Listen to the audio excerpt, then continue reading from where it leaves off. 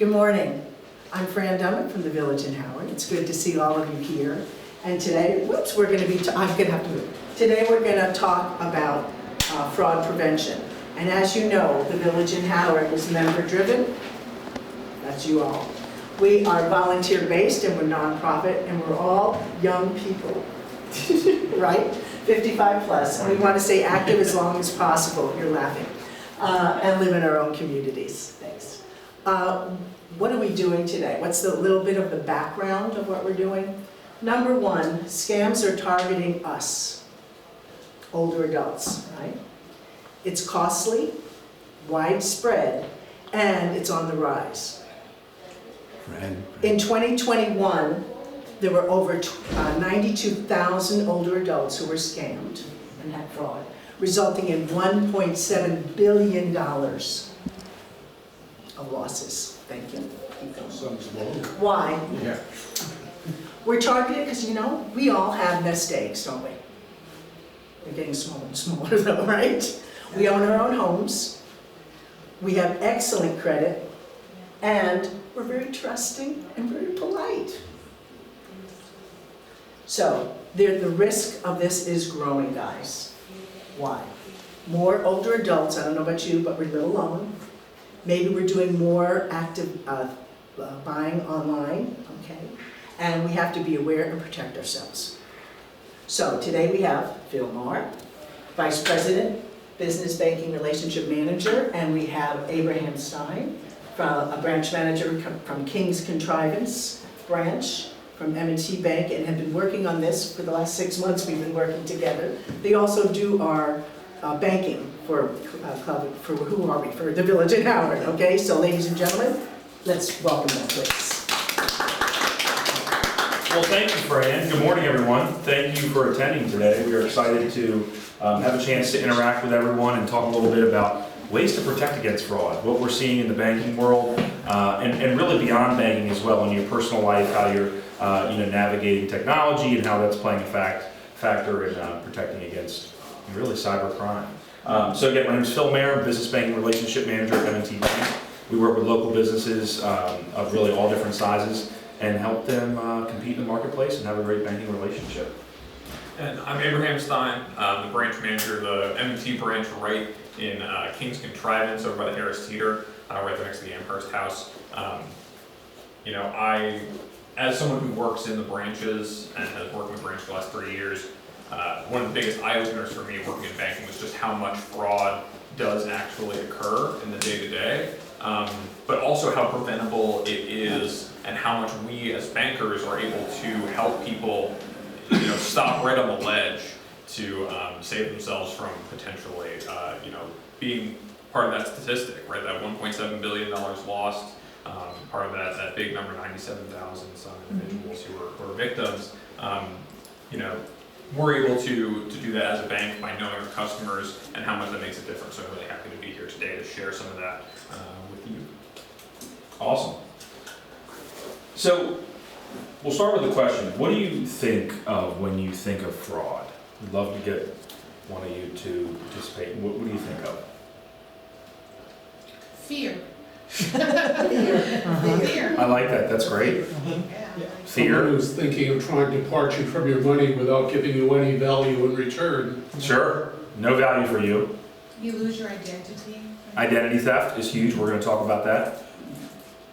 I love that Fran talked about the older generation having good credit, being very nice and trusting. They're preying on that, and they know that you have the profile they want to assume or be able to leverage your financial information. So I love fear, no value in return, and really just fake, right? Fraud is fake. So I love that. So we're going to get into that a little bit. So we're going to start off, what is fraud? Fraud is an intentional deception or misrepresentation made by a person or group to gain unfair, unlawful advantage, often financial. It involves tricking someone into giving up money, personal information, or access to accounts. And I really want to hone in on access to accounts because you don't think you're giving anything up when you give your credentials. As you know, we operate in a very digital world these days, and when you give your credentials, you've given someone access to your information. Key elements of fraud: deception, so misleading someone through false statements or actions. intent. The act is deliberate, it's not accidental. And the gain is the fraudster's benefits, right? It's usually financial and it's at the victim's expense. And the loss is the victim suffer harm, such as financial loss or identity theft. It's very real, and the impact on your life or your business is detrimental if you go through this and you don't have the right protections in place, or you fall for it and you didn't even know you fell for it. Sometimes that's even worse. So just thinking about the loss and the gain to the fraudsters, people that we don't know. I mean, there is shops overseas with people that are on teams that are actually trying to get a hold of people, target certain demographics, certain locations. It's very, very well thought out, just as though an organization is, in teams, they're like a sales team, right? There's a lot of this going on. So being aware of that and you being the front line to protect it.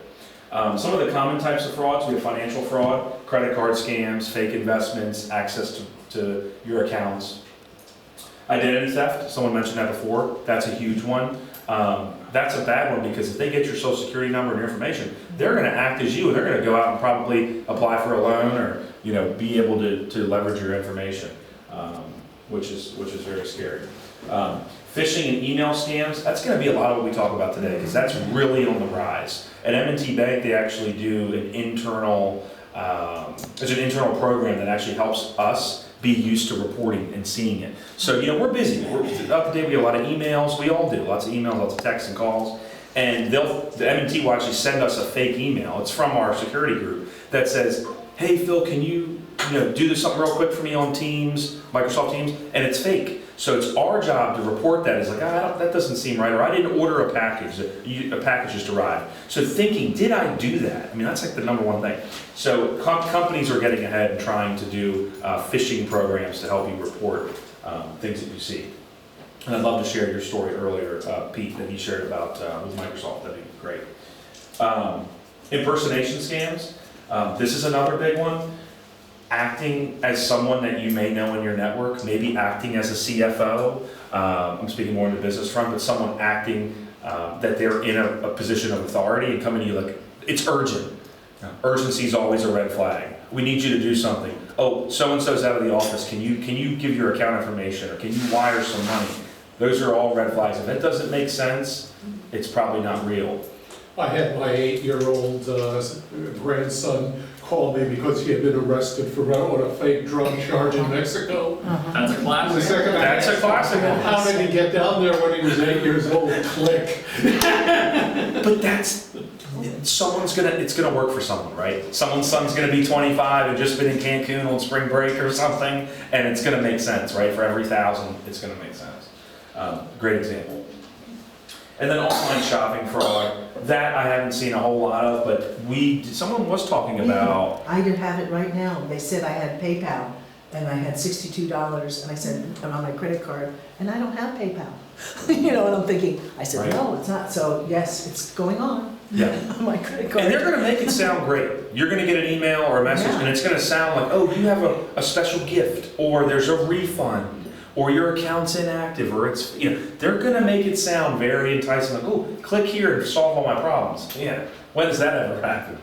All right, so hopefully that gives you a good breakdown of fraud. We put a little picture of the deceptive guy over there to let you know there's someone else on the other side that doesn't have your best interest in mind.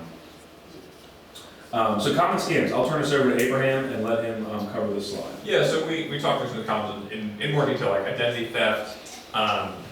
Oftentimes, right, there's key combinations of personal identifying information that can lead to you having real compromise, right? Like if your social security number and they have, your driver's license information, with those two pieces of information, they can open up a bank account online some places. They can, put in a credit application on your behalf. There are these things that they can do with that information. Why it's so important we safeguard that, and also monitoring, right, your credit report. There are identity theft protection services out there, like Easy Shield, or things that track the use of your credit. This, honestly, I think back maybe in the early 2000s was much bigger than it is now in terms of what we see. Especially at least in M&T, we don't see a lot of people who have fake an identity opening an account, so much as we see people directly just trying to get the real people to do things through things like phishing scams, giving away online banking information or other personal information, login password information for, oh, you locked out your email, put in your email password, then they can get into your email and suddenly they can reset a password in your online banking and get that code they need and access things. So this is definitely the most common that we see because it's also the easiest to do, right? It costs them nothing but a little bit of time to send out a mass wave of these fake emails that sometimes get caught by spam filters and sometimes don't, or texts and things like that that you see, and they're just hoping one person catches a blank. Question in the back? Yeah, are you gonna talk about, websites that ask for all your information, Oh, it's but okay. it's not the actual Because it's a short website? presentation. So like you're buying something, and it looks like it's the real site, but it isn't? Yeah, so that's, Yeah, when we're talking about online shopping scams, that's some of those. Phishing also takes that form sometimes where it says, oh, click here, and it takes you to something that looks like the website you're expecting to land on, and that's what they're asking you to put in, maybe your login information to log in or you're incorrectly. buying some, I was buying something, and it kept not going through, so I put in the other credit card. Well, then both of them went. That's a great example. We're gonna actually have time, also just wanna say this, we didn't say at the beginning, we're gonna have time for questions and examples at the end too. So if there's something that, you feel like maybe we didn't cover or you wanna have a little more information on, we'll have some time at the end there, too.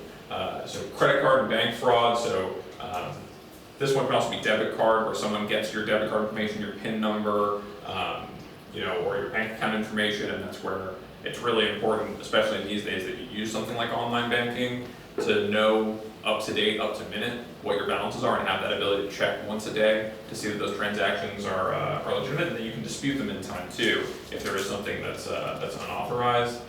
Shopping scams, fake websites and sellers, impersonation scams. Recently, actually, we've seen people pretending to call us M&T Bank, saying they're calling from our call center. And this doesn't happen with M&T, this happens with there's a credit union that I still belong to, that they've had to post notices, we'll never call you, we'll never reach out to you to provide a text, we're not trying to outbound find and tell you that there's something wrong with your accounts. That's not what we do from our call centers, and so that's a big one to be aware of and keep in the back of your head. And then investment in business scams. So, I've got a gold mine that I'm starting up. I think that's a classic one.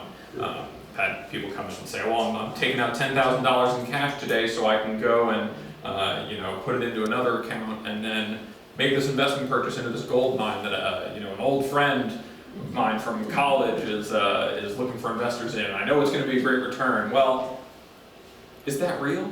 When was the last time you knew anyone who knew anything about gold mining? Or Bitcoin, or the startup business, right? There's always giving you the advertisement of quick return, the big win, without really Urgency, actually, urgency, we can't drive. Yeah, act now. You got to get in right at the floor, or else you'll miss your opportunity. Right. But those, you can go to the next slide. So yeah, and kind of broken down here, really, I like to think about it as we got different categories of fraud that happen. So scammers are, people who, we didn't talk about this yet, but, some of the people who might go door to door and tell you, oh, we'll fix your roof, but they're not a real roofing company. And then, they kind of throw a ladder up there, they make some noise at your house once or twice a day for a week or two, and then they come to you with a big invoice and say, all right, here you are, we fixed your roof, but you never looked at the roof, they weren't really doing any work, but they kind of knew that they could get you to say yes and trust you. This is something we've seen in the past, individual scammers. Phishing, all of those, urgent requests by email for information, getting calls, give me your banking information, or log in, go here, take out money, give me gift cards to pay for this debt. Text, I actually got one this morning saying that I was with some recruiting group, saw my profile online for a job, and they need me to respond quickly. And then payment, so someone requesting a payment from you digitally or otherwise. And then identity theft, where people are opening up accounts. So that's really, I think, at a high level. Yeah. I know that when I get phone calls that generally if you pick up and there's nobody on the other end for a few seconds and then you hear a click, that it's just somebody, you've been in their call waiting in their queue and now they're getting in there, I just automatically hang up. 100%. 100%. Yeah. Yeah, I think it's actually, one thing about that that some people don't know is that it's really important when you have those calls that are empty, be careful and let them speak first. Because something that often scammers are doing these days is looking to record the voice of the person who's picking up. So let's say they're trying to record saying hello, oh, who is this? And then saying, did we reach Betty Smith? Yeah, this is Betty Smith. Well, now they have a voice clip of you saying, I'm Betty Smith. And then when they're trying to make a fraudulent call on your behalf to get into your banking information, to get whatever that information is, they have your voice. And that's a really important thing, just making sure you know who's on the other end of the phone. Can I ask one question? If it says on the phone scam, because my phone says it, is it always a scam or does it know it's a scam? Because Assume it is. Yeah, I would assume that it is. At the very least, that means that it's on a registered list of phone numbers that has been flagged as being recorded as a scam, or at the very least, it's like a marketing call, something that's not urgent. I always have the best practice when I tell my customers and my family is, if it's really that important, they'll leave a voicemail. Let that kind of be a filter for you. One more question to that before we move on. Yeah, just on that, what I've been doing is not answering and waiting to see what it is. It's harder on your cell phone, but I do that on my landline.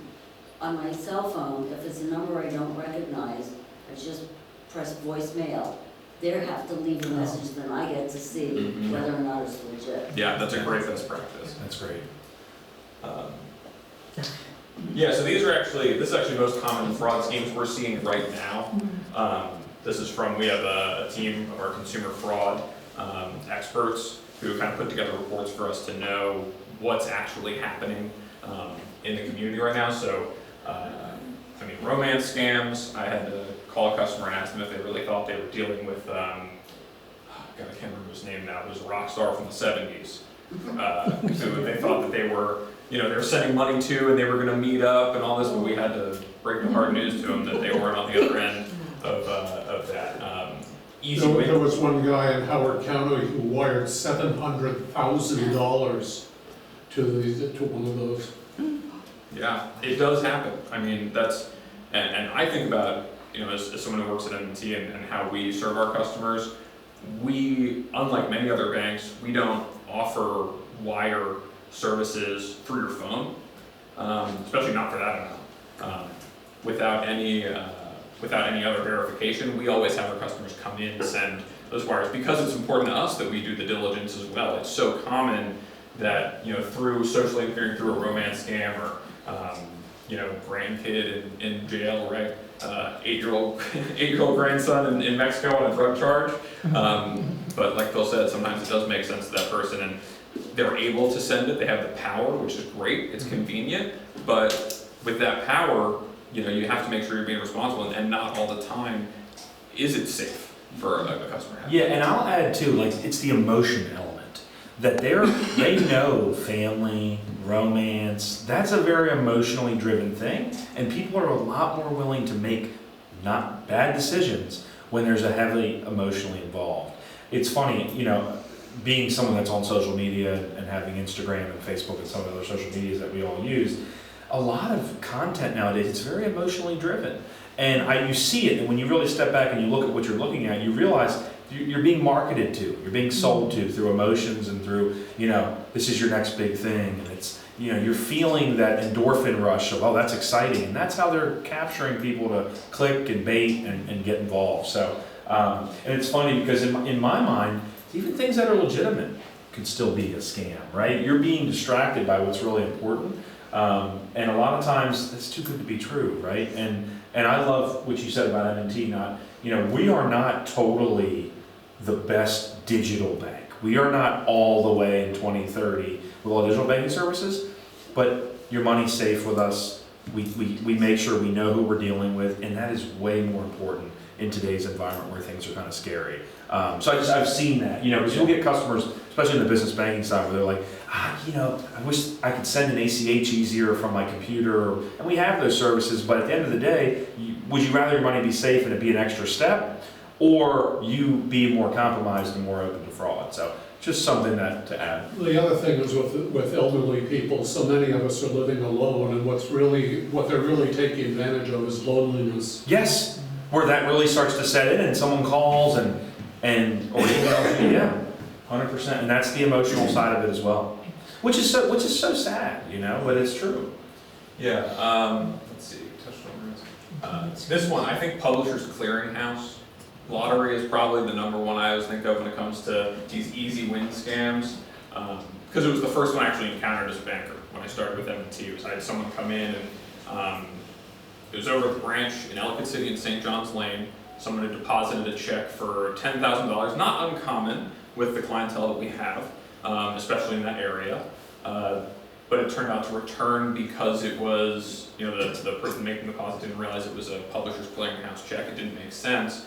He had thought that he had won, the big check lottery, they show up at your door and all that. And when I actually got down to it, like I said, the emotional element, his own mother had fallen for that same scam, and he wanted so much to believe that the world was a place where, no, this actually is real, and so he allowed himself to fall for it again. And the way that made him feel when we actually dug into it and were able to help him kind of work through and recover from that, it really was eye-opening to me of just how real it is and how many of us want to believe those things and how much they prey on our human nature of wanting to see the good.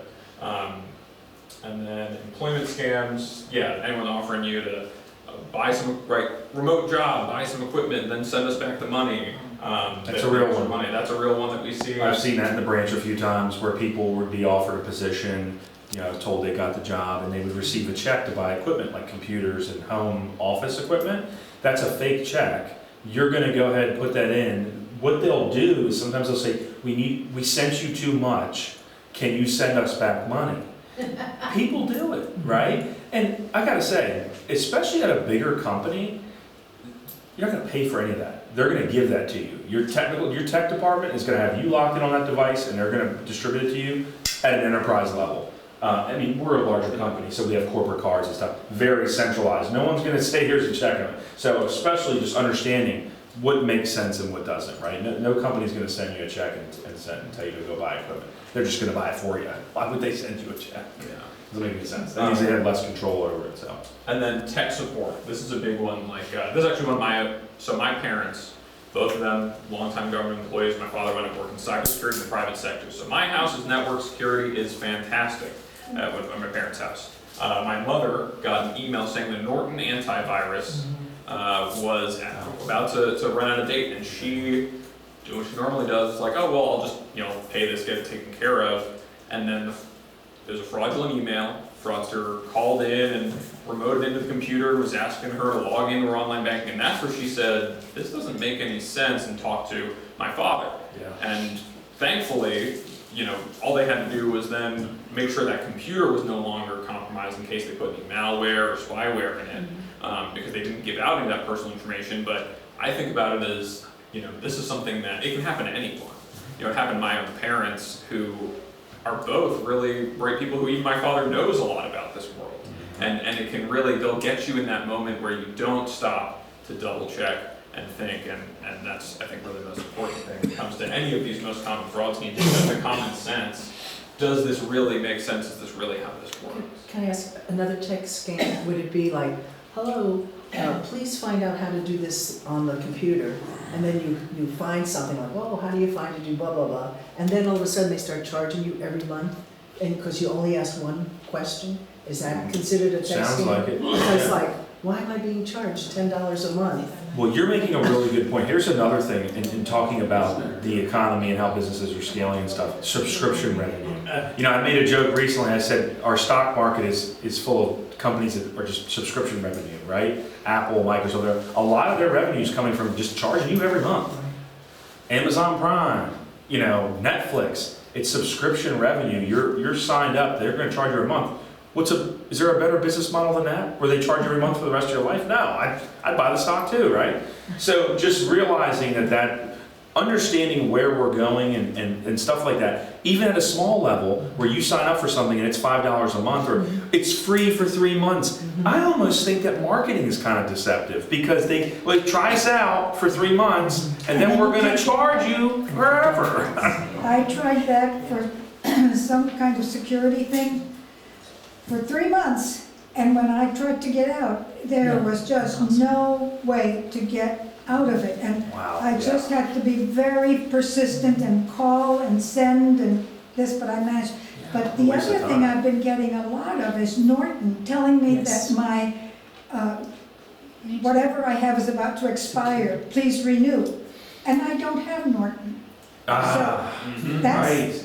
you know, They're figuring you think that's built into the computer or yes, something, yeah. nope.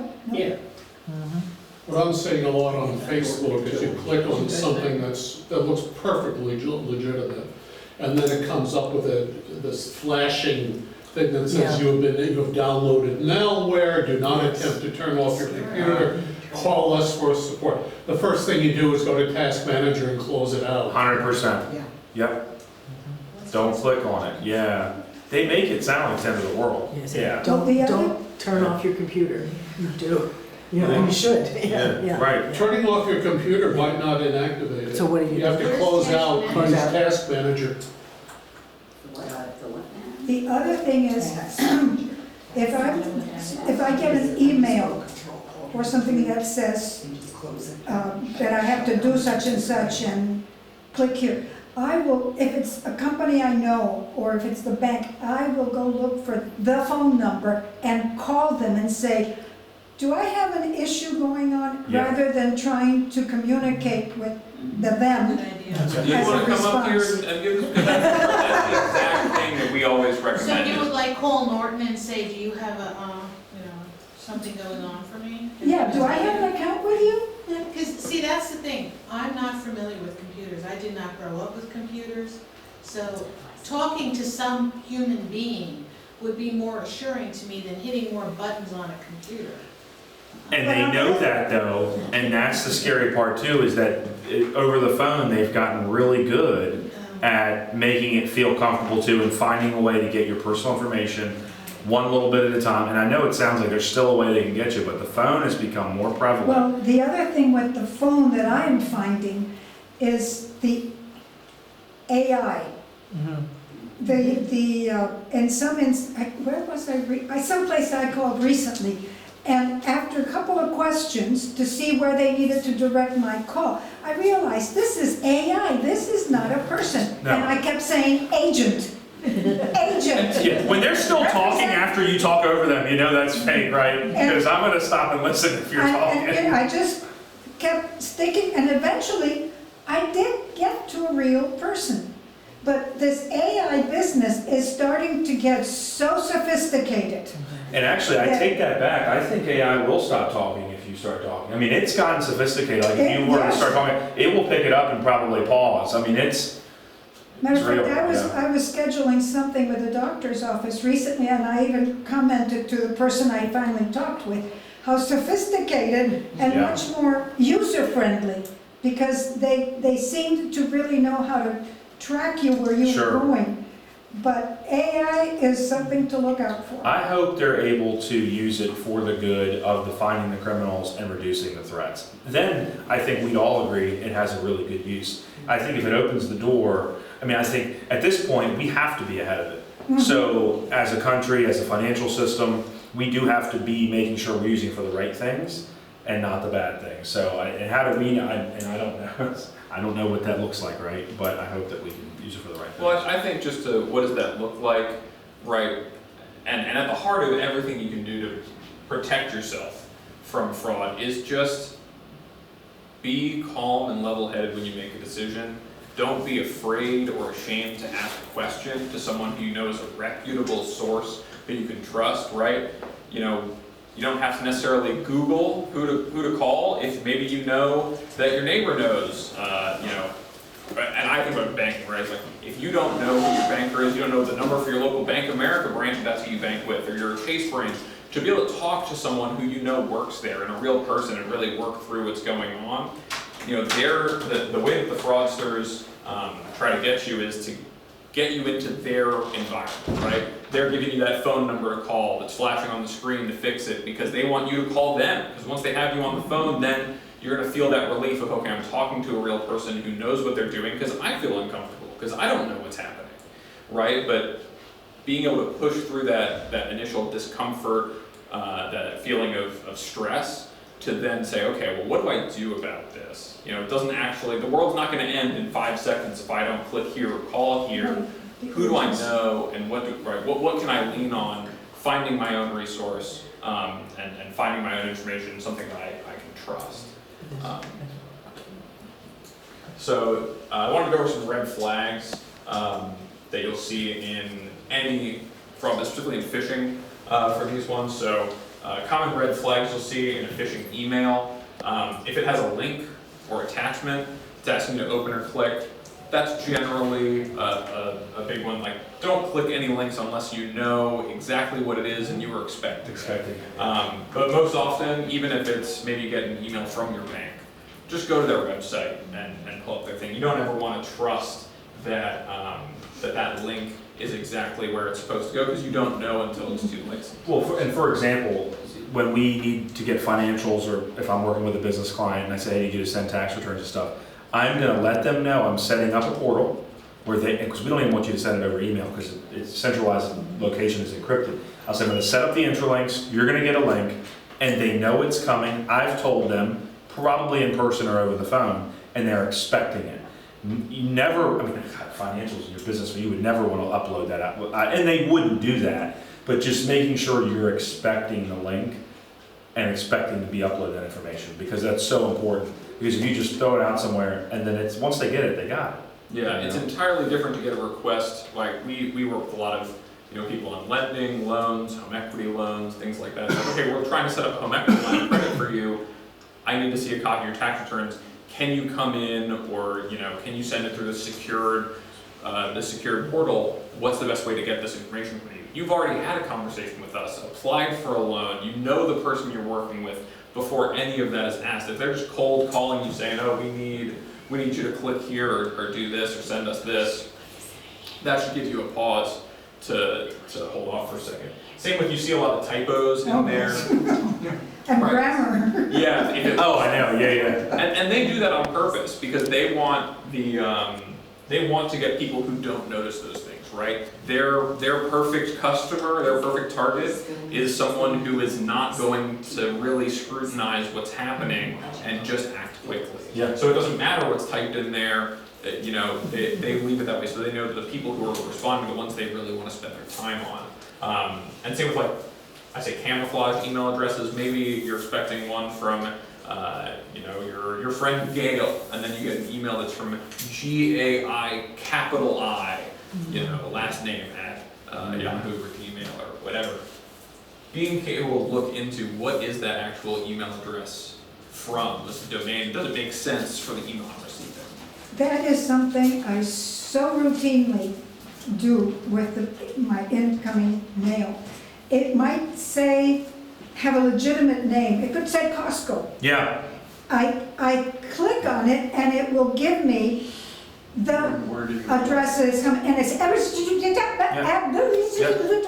it's nothing like Costco. It's probably AI or a computer generating emails and throwing this And stuff they're out. weird names. Always. Or it might have Fred at whatever. Yeah, I mean, crazy names that have nothing to do with whether they're offering me a mortgage or they're selling me a toaster or offering liposuction. Yeah. You name it. Yeah. It's just, so I just have my. Well, and the mortgage and the home equities and the finance space, there's a lot of fraud in that space too. I bought my first house a couple of years ago, and I get the mail that says, we can offer you a lower rate and everything. I'm like, who you're sending this to? I don't need a new rate. You know what I'm saying? But it's just funny because that stuff's real, and it says mortgage lender, and it looks real. Oh, this new rate. If you click on that and. Or call them, and then I'm sure they have someone that's like, hey, this is Jen, and I'm sure it's like, but it's a scam organization. I mean, I'm sure it's not real. Speaking of mortgages and this, we're getting a lot of advertisement on the television about title Title protection. Title being stolen, and then they go and do kinds of things on. Yeah, I've never seen that. Have you seen, I was gonna ask you if that's in real. I have never seen that. Now, I'm more in the business banking space, so it's commercial properties, but MSNBC, they have. They advertise on television. I wonder if it happens. Well, no, I mean, I've never seen a real life case, that's why I knocked on wood, of someone's title being compromised. Yeah. I've seen it where there's liens on the property they forgot about or something, but I haven't seen about where their title's in another person's name. Personally, I hope I never see it. But they do advertise that. But again, emotional, I'm not saying that's fake, but the chances that someone does, I feel like it's pretty limited. Well, they're sending you or selling you a solution to a virtually non-existent problem. That's what I thought, because your signature has to be notarized, you file it at the courthouse, there's definitely due diligence. I mean, to sign your name onto someone's title is, Yeah, I I think don't know. about That'd be hard. that old story of, I got elephant repellent for my yard, and it works great. It's like, why'd you buy elephant repellent? Well, you see any elephants around in my yard? It's like, well, of course, I've also never seen anything regarding titles. Now it is, I'd have to ask some people I know who work in title to see if they see it often, but, no, I mean, things like that, I was used to, when I was sick at home during school, I'd see ads on TV for payday loan companies. A lot of times advertising, they pay for a space to tell you something, but that's why it's important to vet and understand what it is you're buying before you buy it. You pay for title insurance. The title company has it, the bank has it. People, you don't know that kind of stuff. You're already probably paid for it. When you close on a loan, residential or commercial, a lot of times there's title insurance that's part of your closing costs. You're already insured. And if your house is owned by the bank, basically whatever, you owe the bank the money for your house. Do you think the bank wants to take a risk that your title could be compromised? So no, that's a great example of something that just doesn't make sense. That someone's going to be able to kind of get it. But it's not a fraud per se. They're selling you a real product. It's just useless. Exactly, right? No, and how much of that is there? Probably a lot, more than ever, things that we can sign up for that are just not making us any better. So, that's a good point. That's a really good one. Let's see, so we're touching on phone calls, if they're, saying, oh, you need to act now, urgently. One that I hear a lot is, customer comes in and says, I need to withdraw money, and they tell us, it's for, I need $10,000 in cash because I'm paying renovators the house. I'm like, well, it doesn't really make sense why, who's doing the we ask a couple questions before we're giving out that much money just to make sure everything's okay and makes sense and do our diligence. And it starts to not line up, but then we start talking, it's like, someone called me on the phone and from M&T and said, there's something wrong with your account, and we need you, there's a compromise, it's internal, don't talk to anyone about it, but you need to go to the bank right now and take out this money and then go to this ATM in 20 minutes across town where you can deposit it and put it into Bitcoin where it's safe. And put it in a gift card and send it, and we'll be able to make sure that's safe while it's all worked out. That's not real, obviously. When you tell the story, it doesn't make sense. That happened to me, and they called, it was IRS. And maybe I might fudge a little bit on IRS, so I was really worried. And they wanted me to send the money. I went to one bank and the other bank. I finally went to the second bank. I said, this man said I'm not supposed to talk on the phone to anybody, but please. And I would go to the other side and talk to the guy. And sure enough, they said, ma'am, it's a scam. I said, I don't believe it. So I hung up. They said, hung up. Then they called back again because I had my number again. And they said, no, hung up. I said, no, I don't believe you. So I went to the police station. And the police station said, no, we can't do anything about it. But it's a scam. Don't do it. But it really happens. And they were the IRS. You're the front line of defense, yeah. Yes. And the IRS always takes payment in iTunes cards. Right. Exactly. Right. Yeah, the IRS, I wish they called you, but I don't think they call you, they send you a letter. Yeah. Yeah. So, and that's, right, these things are almost always what you see, and especially when you said they were saying, don't talk to anyone. Right, that's right? it, yeah. They want to keep you in their fantasy world. that they're spinning a yarn for you to follow. They want you to only follow their word, and they will, right, call you back if They you do. hang up and be relentless because they know they have a fish on the line, right? They're trying to reel you in. So Yeah. that it always worked, right? Would the IRS really? I know, I found out later. Right, really stick on you like that? I Would know, I would that didn't really know. be the way that they would For take care of $10. things? Well, and I'll also add too, they switch these things. It's cyclical. Sometimes it's a lot of phone, then it's emails hot, then text, because that's how they get you. You're anticipating another phone call, but then you get a text from Walmart that says your package is like declined or something, and you're like, oh, click on that, and then you go to the site. Yeah. So. And it's also, I mean, especially common that when someone is victim once, or even they feel like they're close to getting victim once, that they will target that same person again and again. Because they know that there's a chance, or maybe even if they know, okay, well, they're not gonna answer all our calls, but those criminal rings of fraudsters, they do talk to each other. They will, they'll say, okay, these are good contacts that you've had success with. We'll sell you that information. It's an entire underground criminal market that does exist. So it's important to make sure that, especially if you've been targeted once, to continue to be skeptical, right? If you've had a close call or even been a victim, then you really do up your game and think, okay, I really shouldn't trust anything coming through me right now until maybe years after the fact. Because they want to not waste their time trying to get their ill-gotten gains. Text messages, similar to emails, links, and attachments in a text message, or things that don't make sense. I know I've gotten a bunch about Easy Pass. I got one this morning about, like I said, about a recruiter who's actually. I got that one too. Most places, and I didn't even know this until I started working at the bank, but we use services that have us, we send text message alerts to our customers that they opt in for and sign up for through the online banking. It's not something we can just do randomly.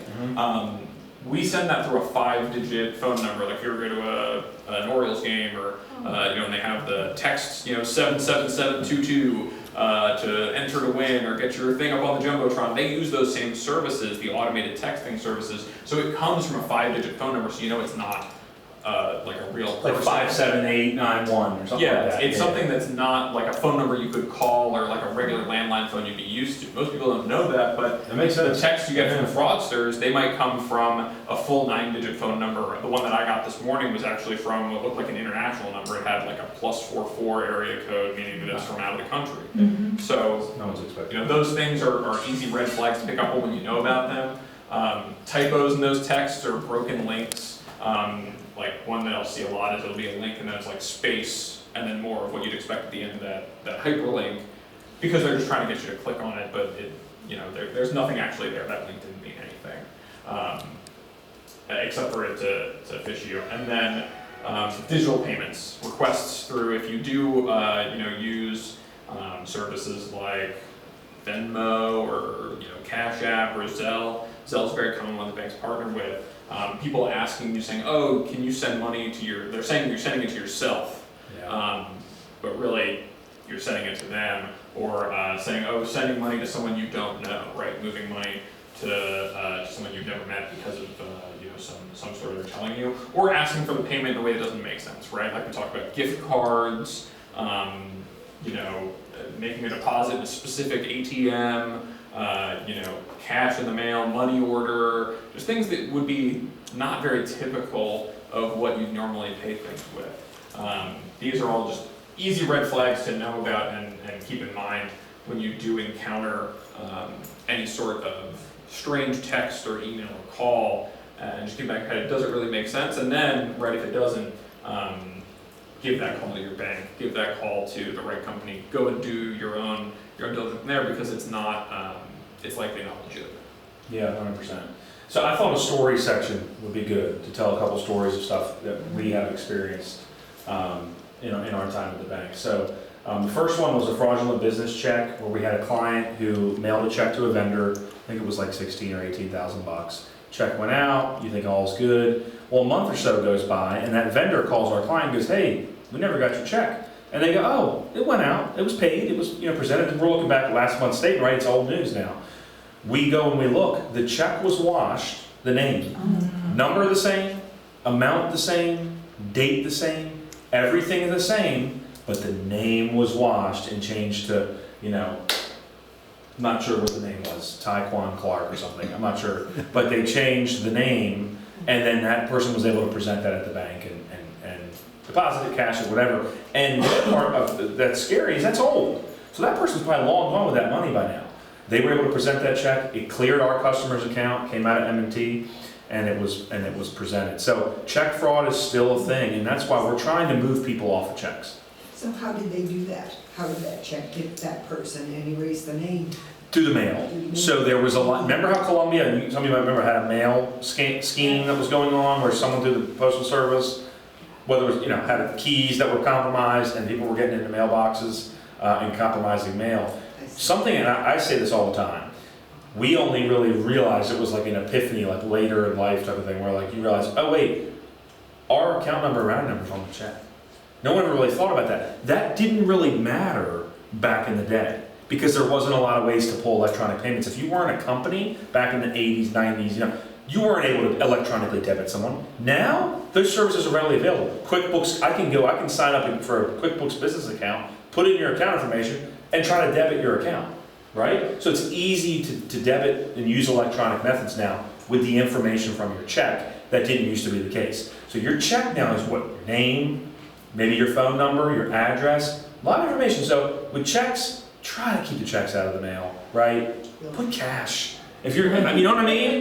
You know, we'll take your cash, that whole joke. But it makes sense, right? Because cash is cash and it has none of your personal identification information on it. So if you're sending money to your grandkids or family or a graduation gift, maybe do cash, right? A check's nice. Look, I love it. Checks are great. But it's just exposing you to fraud. And you know, even within family, right? What are they going to do with that check? Are they going to mobile deposit it and keep the check on hand? See how this is so there's a lot of different ways you realize that your information's out there and it's floating around. Those I checks just take it to everywhere. the post office. That's what I do. Go to the So, post office. I would say It's still better, but it's great to take it to the post office because it takes one link out of the chain, but think about how many hands it crosses from the time where you put it at the post office to received at the end. Something that I wasn't aware of until I was working in the bank, and they were teaching us about this stuff.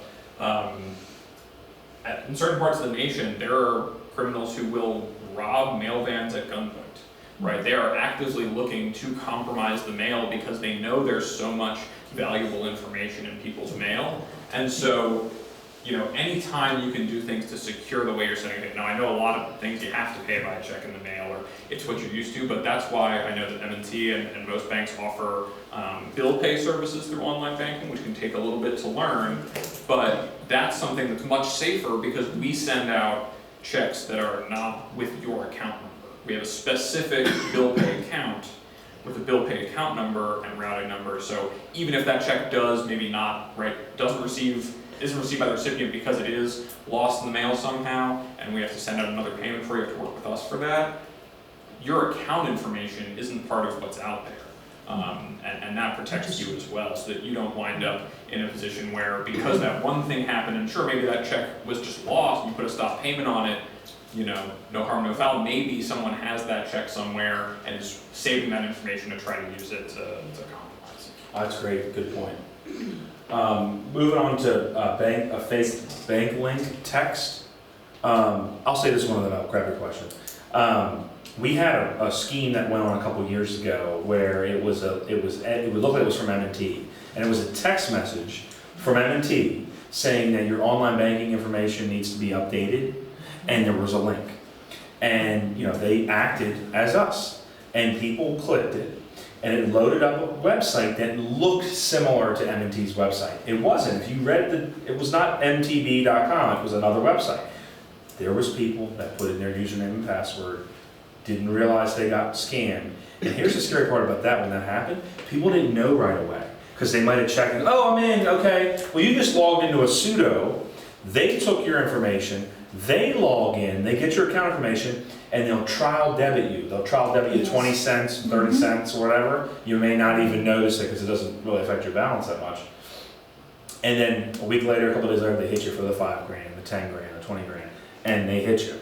So that was a scheme that happened. So text message is just as scary as email, or mail or whatever, because it's right here, it's accessible, and you can quickly load. And now with Apple, how it loads in your information all the way, I wonder, I'm sure Apple would know it was not a fake website, 'cause you know how it'll suggest to load in your information. But just be careful, right? Like if you click a link, links are scary. We came home recently to find a voicemail, and I don't know if they started talking before the, our message there finished or what, but it didn't give us what bank or what entity was calling. Right. But just that Right. you have a $10 transaction, but it was followed by another transaction for like $4,000 or $5,000, and we just want to know that this is legitimate, so call us back. We ignored it. Right. What we did do, I said, okay, go check the bank, Yeah. our account, and Check it. then neither one of those amounts were in there. Good. Yeah. But I think what you just said about how they tap you with a little one, Yep. if that goes through, they know they're there. Yep. And we have run into that, if they didn't get anywhere, but we've run into that Yeah. intent of two amounts, a Yeah, little one and a it's- big one. And also those little ones, those are actually used to set up an ACH linkage. So for you to be able to, that's how they protect and verify the account, is saying, okay, well, we'll send you, if you've ever done it with a service like PayPal or any of those, say, okay, we sent you 2 random amounts, tell us what those amounts were. Mhm. They're both less than $1, so they can know that you're the one with the account, so they do that to then be able to send more money out. Right. So that's why that happens when we get that. Yeah, so I had my ATM stolen. And I was told by my bank that one of the ways that happens is there are these people with these very sophisticated scanners that just, so how do you protect your cards? So good question.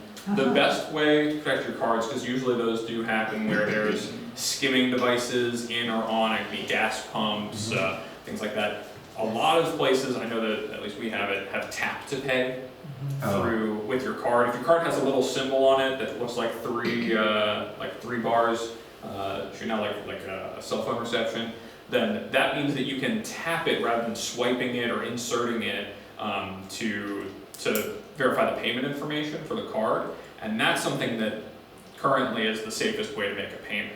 I mean, outside of even using, if you're feeling sophisticated enough, maybe someone who can show you using a service like Apple Pay, or having a virtual wallet in your phone where it's password protected and has its own token to your device. That way you don't even have a physical card, you're just using that information. But even if you're just using your debit card, that sounds way too complicated for you, which I completely understand. I don't even use it all the time. But there's a little square terminal you see on most things where it says just tap here, and that's the best way to make sure you're not compromising your debit card. There's also, and I have been using them for years, these little sleeve envelopes that you put the card into, and they can't detect it with, I don't know if it's radar, sonar, x-rays, but there are ways, and it's true for passports as well, that they can elicit the information of the card without you even having it out of your pocket. That was really big. So- 10 years ago, 15 years ago, they talked about people scanning. I don't know how much of that really happened, but I'm sure it Well, did. I think it did. I think my brother-in-law had it happen because, Picked up somehow. yes, they picked it up somehow. And so I just carry the 2 cards I carry are Keep it each in a protected. sleeve. Yeah. And I'll add passports, because passport information, not that we carry our passports in our hip pocket, maybe we will soon have to, but, that's another source of information that you ought to protect. Yeah. So just to be clear, what you're saying is keep our cards someplace like what she was talking about, because the scam, I only use my ATM at my bank. Yeah. So when you go to your ATM, if it usually has a panel, so it says insert the card, but now I believe many of them say you can tap your card. Oh, Don't insert your card. Don't swipe it, don't insert it, use the SIM card, because those are things that are easier to compromise. Does ours have the tap? Ours does Have the tap now. so does Costco have that? I don't know, because I'm not a Costco member, but I would be surprised if they didn't. It's Yeah, very we tap standard at these days. Costco. Yes, at Costco you can tap your card. Okay. Yeah, usually have a little light up thing. It has the same symbols on the card. If you want to wait until after, I can show you what the symbol looks like on your debit card if you have it with you. About once a month or so, I get a recording left of my answering machine about my delinquent student loans, which I never had one even back in the 1960s. But, and then of course they want you to call and then just verify the information. The other thing that happened one time was my daughter was, and this is a long time ago, my daughter was in Grand Central Station in New York, and she had a phone call card, and they actually had someone with binoculars that were able to look at people and record information. And we were on a cruise, and then we got a notice that we had a $9,500 telephone bill which had been accrued in 4 days. Wow. It was really impressive. There were 2 simultaneous $500 calls to China. I know, they get really creative. I About can 5 more remember- minutes, guys, 5 more minutes, okay. I can remember, and I'm going back many, many years, when there were first the ATMs, and they would warn you.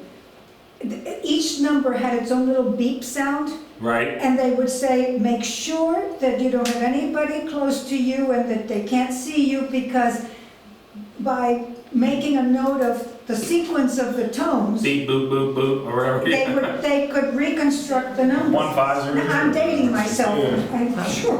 No, it's a good point. Well, and over time, the criminals, they're planning, they're trying to get ahead of Is it it. 5 And what minutes? is the newest No, thing? it's the end. It's funny you said Apple Pay, because that actually is one of the most secure ways to make payment through your phone. It's funny, because I know my parents, when Apple Pay and all that came out about 5-10 years ago, however long it was, they were like, that sounds crazy, which I agreed at the time, right? But it's actually not your information. Your stuff is stored with Apple, your information, and it's Apple putting a generated information on the line. It's not traceable, not hackable, right? Well, knock on wood, hopefully Apple's not hackable. But that's the whole point, that your card information is not, it's Apple representing. So that's where it actually is a more secure way to pay. If you're just tapping your phone, there's nothing to skim or scam, because it's just Apple's generated information, and then Apple charges you. So there is ways to protect it. The cards still, there's some risk to cards. And it's funny, because in Maryland, this is a very well-developed area, Maryland, DC, Virginia. You travel down south, you travel other places, you'll still run across some old-timey card readers, and people have 20, 30-year-old technology. You're a lot more open to risk. So my mom, I think we were in North Carolina last year, got gas at like a place that still had those gas machines. And I think she got frauded, or something happened. So they probably can't wait for someone to come up from Maryland to go down to Outer Banks and swipe their card. So, talking about what's on your phone, Yeah. when we were in London, you can get on a bus and they put their phone down, and it takes, everything is on the telephone. Yeah, too much. And really. I am paranoid about the phone. All I could keep thinking of is, if I lose my phone, there goes my whole life, identity, future, the whole 9 yards. I know. So how much do you encourage, this may be out of the scope of what you're dealing with. but Yeah. Do you encourage? So, phone? I think there's a balance, right? If someone has your physical phone, Mhm. if it's password protected, and you can even set it to have an even longer password than the standard 4-digit PIN number, then that information is not going to be accessible unless they're able to have your PIN number. And even then, depending on how much information you store on your phone when it comes to passwords Your and apps things still like that, have a requirement. right? All of your individual logins are protected as well. I think that it's a natural feeling to say, okay, I want to shy away from this identified vulnerability, right, of the phone or just of the internet in general. But the way that, what really changed my mind on it in dealing with customers was the thought that if I don't have this, then someone else could, right? We talk about identity theft and personal information. If you aren't the one who has, let's say, your online banking and access to that through your own devices, someone else could enroll with your information in the online banking and have their own account, and you would never know because you don't have that access yourself. So it is, I think specifically with the phones, there is a risk there. There's a risk to all of it, right? But in general, not everything has to be digital, but I wouldn't be afraid to say, that as long as your phone is able to be secured, you have to trust that the phone is secure. And if it's not, then maybe it's worth going into, if you have an iPhone, talking to someone at the Genius Bar about what you can do to secure it better and security features for the phone, password protecting, and then just being mindful of what it is you do and don't do on your phone. I know that Apple is ahead of the game. Their security is some of the best. You know, when it comes to Androids, I'm not as familiar with them, or older models of phones, that's where I think you're opening yourself to risk, because those companies aren't paying people to stay ahead of the technology, right? I mean, these big companies like Apple have huge cybersecurity divisions. These people make a lot of money. They better be secure. You know what I mean? Yeah, yes. So, you know, looking at it from that standpoint, but no, I think, I guess my one note on that, and we're almost done, is just, I don't know that everything needs to be on the phone, right? I think that there's still some good use of having some old school relationships, thank you, and just maybe having some things by paper. I don't know, I don't think everything needs to be digital. I think there's a fine balance, but just being aware of what makes sense. Yeah, excellent. So yeah, that brings us to Q&A. So the last story was really just about a phone call that was, about someone being scammed over the phone. Yes,